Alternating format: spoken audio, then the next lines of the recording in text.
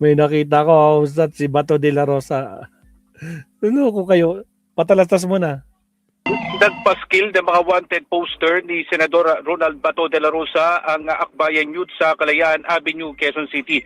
Nakalagay sa poster ang larawan maging ang contact number ng National Bureau of Investigation upang kaagad na maipagbigay alam sakali na makita si De La Rosa. Maliban sa pagpaskil sa mga poste ng kuryente dito sa Kalayaan, na mahagi rin sila ng mga pamphlets na naglalaman ng wanted si De La Rosa sa ilang mga nasa palengke na namimili. Patatandaan na tumakas si De La Rosa sa Senado matapos ang kaguluhan doon.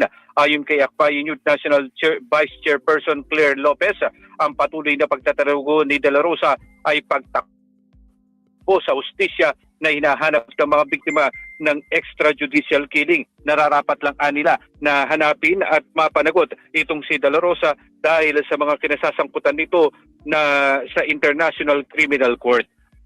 Nagpaskil. Diyos ko Lord, De La Rosa. Asan na yun? Meron yung kwan eh. Dali. Parang hindi ko yata na-share.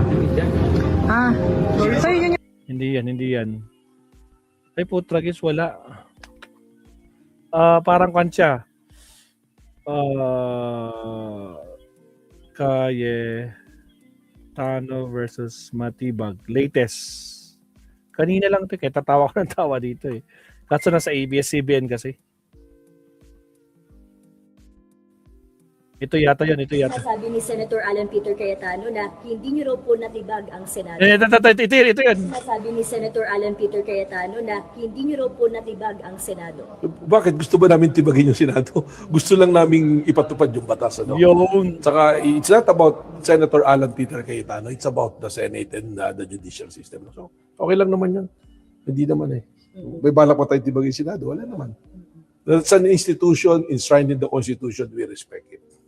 Well, good luck to him, no? He do it day by day. So, tomorrow is another day for him. So, good luck to Senator Alan Peter Cayetano. So today, he still insists na NBI daw po kumatake sa Senado. Well, malinaw naman na yung kwento. Nangyari yung barilan doon sa GSIS. At nandun kayo.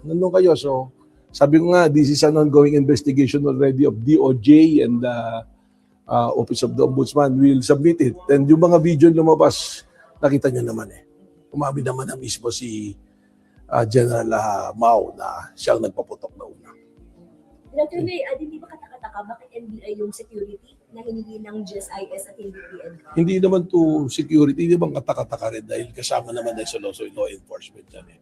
Ando doon na kasi may presence na kami doon nung Monday, nag-coordinate doon.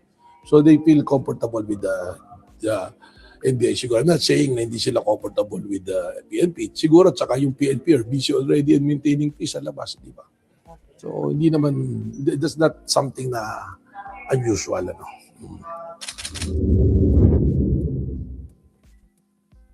O, di ba mga kapsat? Diyos ko po. Bakit gusto ba namin tibagin yung Senado? Gusto lang namin ipatupad yung batas, ano. Saka, it's not about... Okay. Next topic tayo, Diyos ko Lord Rudy. Dali lang.